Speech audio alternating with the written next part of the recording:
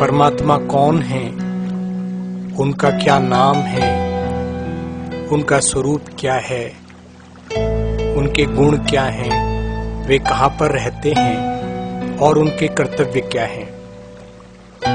प्रायः इन 5 बातों के आधार पर ही हम किसी परिचय को पूर्ण रूपेण समझ सकते हैं। जैसा कि परमात्मा शब्द है, परमात्मा अर्थात परम धन आत्मा, वे भी एक आत्मा है, लेकिन परम आत्मा है, श्रेष्ठ हैं, हाईएस्ट हैं। सृष्टि रंगमंच पर जितनी भी विश्व में आत्माएं हैं, उनमें एक आत्मा ऐसी है जो कि इस रंगमंच पर शरीर धारण करके पार्ट नहीं बजाती, इसलिए उसको हम परम आत्मा कहते हैं। परमात्मा का स्वरूप वही है जो हमारी आत्मा का स्वरूप है। वैसे भी संसार के अंदर आप देखें, जैसा जीव होता है उसकी संतान भी वैसी ही होती है, या यूं कहें कि जैसे माता पिता होते हैं वैसे ही उनके बच्चे होते हैं। आत्मा प्रकाश स्वरूप है, और ये हमने जाना कि मनुष्य आत्मा और शरीर का एक समन्वय है। तो शरीर तो उसको यहाँ से मिला प्रकृति के 5 तत्वों से, और आत्मा परम धाम से आई। तो परम धाम में आत्मा का निवास स्थान है। उसी प्रकार जो हमारे पिता हैं, आत्माओं के पिता, उनका निवास स्थान भी परम धाम है, और उनका जो स्वरूप है वो ज्योति बिंदु स्वरूप है। जिस प्रकार आत्मा ज्योति स्वरूप है, उसी प्रकार से परमात्मा भी ज्योति बिंदु स्वरूप है। उनका नाम शिव है। शिव अर्थात शांति, शिव अर्थात कल्याणकारी।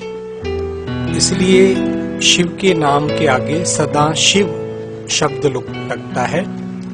सदा अर्थात हमेशा, एवर, जो सदा कल्याण करने वाला है, उनको हम सदा शिव कहते हैं। उनके गुण के विषय में अगर हम बात करें तो आज संसार के हर मनुष्य के जुबान पर परमात्मा के गुणों का ही गायन रहता है। परमात्मा को हम निराकार भी कहते हैं। निराकार अर्थात जो साकार में जन्म मरण के चक्र में नहीं आता। निराकार शब्द को कई लोगों ने नेगेटिव भी ले लिया है। उन्होंने उसका शाब्दिक अर्थ इस प्रकार से लगा लिया कि जिसका कोई आकार नहीं हो। आप ही विचार कीजिए, जो सृष्टि का रचयिता है, जो सृष्टि का नियंता है, अगर उसका नाम रूप आकार नहीं होगा तो ये बात जचती नहीं है। हाँ, उनका आकार मनुष्य के समान नहीं है, इसलिए मनुष्य की तुलना में साकार और निराकार कहा गया। साकारी मनुष्य के समान परमात्मा का साकारी शरीर नहीं है, इसलिए वे निराकार हैं।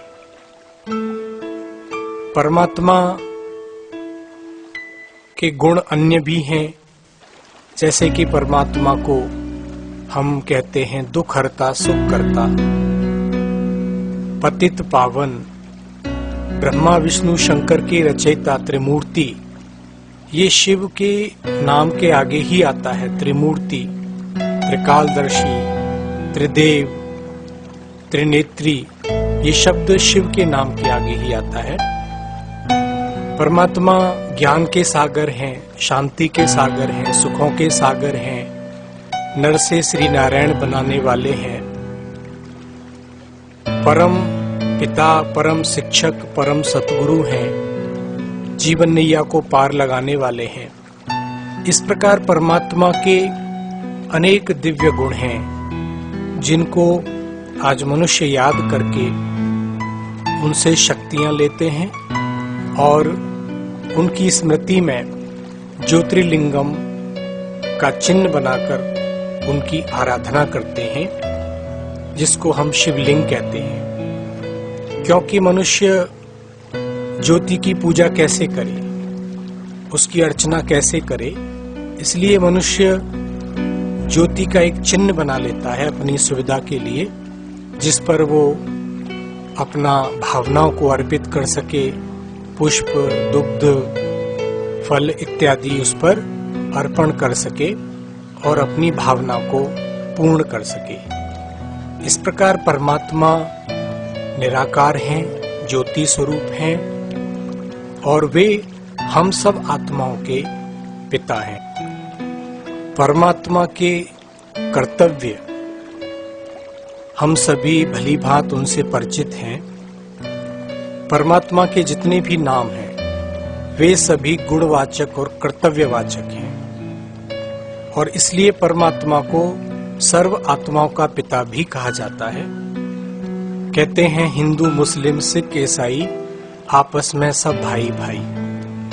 अगर लौकिक रूप से देखें, शारीरिक रूप से देखें तो सभी मनुष्यों के माता पिता अलग हैं,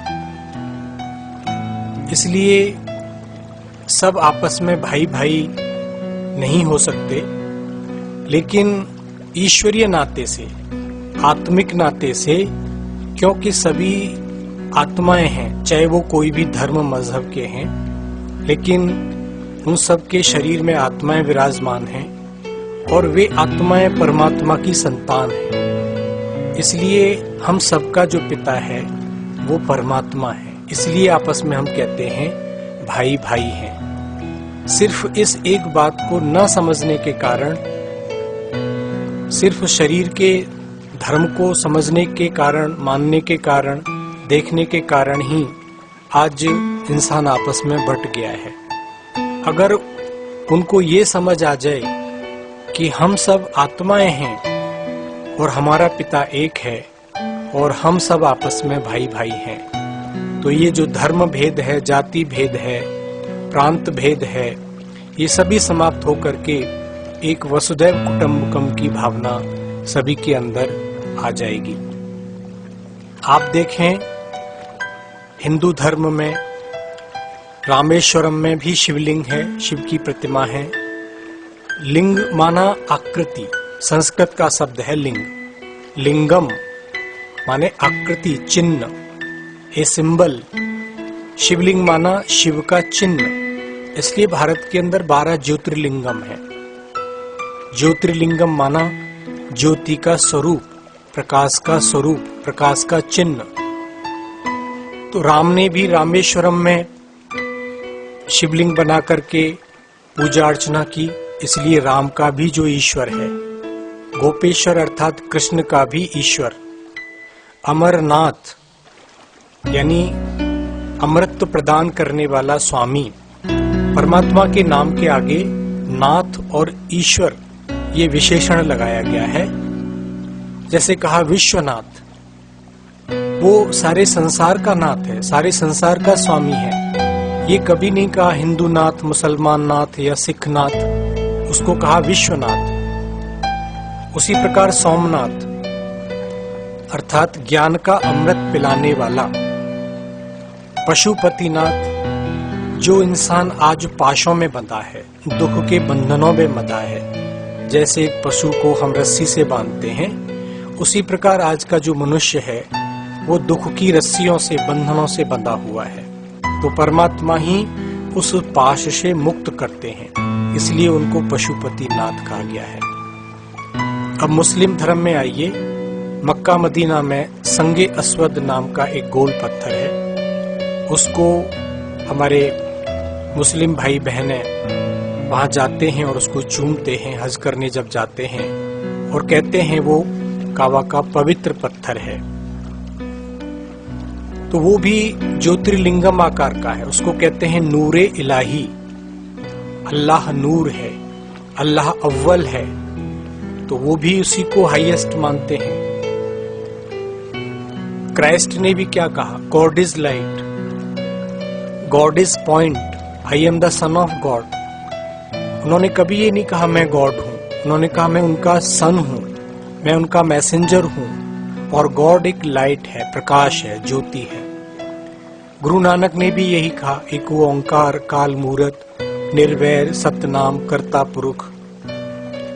गौतम बुद्ध को भी लुम्बिनी में ज्योति का साक्षात्कार हुआ। जापान में अगर हम देखें तो जापान में भी शिवलिंग की एक प्रतिमा को 3 फीट हाइट और 3 फीट डिस्टेंस पर रख करके वे उसका ध्यान करते हैं और उसको कहते हैं चिन-कुन शेकी, अर्थात शांति का दाता। इस प्रकार परमात्मा के ज्योति स्वरूप को हर धर्म ने स्वीकार किया है। परमात्मा को परखने के लिए कि वे ही सर्व आत्माओं के पिता हैं, उसके लिए हम एक कसौटी रखते हैं। उसमें 5 बातें हैं कि परमात्मा उनको कहेंगे जो सर्व धर्म मान्य हो, जो सर्वोपरि हो, जो सर्वोच्च हो, सर्वज्ञ हो और सर्वशक्तिवान हो। अब आप इस कसौटी पर देवी देवताओं या धर्मात्माओं, महान आत्माओं, किसी को भी अगर रखेंगे तो सर्व धर्म मान्य देवी देवता नहीं हो सकते, धर्मात्माएं नहीं हो सकते, महान आत्माएं नहीं हो सकते, लेकिन परमात्मा का जो ज्योति स्वरूप है वो सर्व धर्म मान्य है। परमात्मा सर्वज्ञ हैं। ये जितनी भी आत्माएं हैं, महान आत्मा, पुण्य आत्मा, देवात्मा, धर्मात्मा, ये सर्वज्ञ नहीं है, परमात्मा ही सर्वज्ञ है। क्योंकि जो शरीरधारी है वो अल्पज्ञ हो जाता है।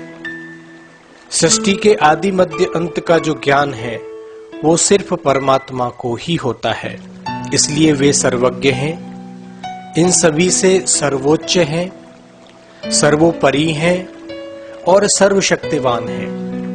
तो परमात्मा का जो ज्योति स्वरूप है, निराकार स्वरूप है, उसको इस प्रकार से अगर हम देखते हैं तो वे ही परमात्मा के रूप में सिद्ध होते हैं।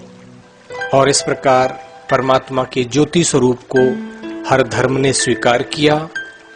ओम शांति।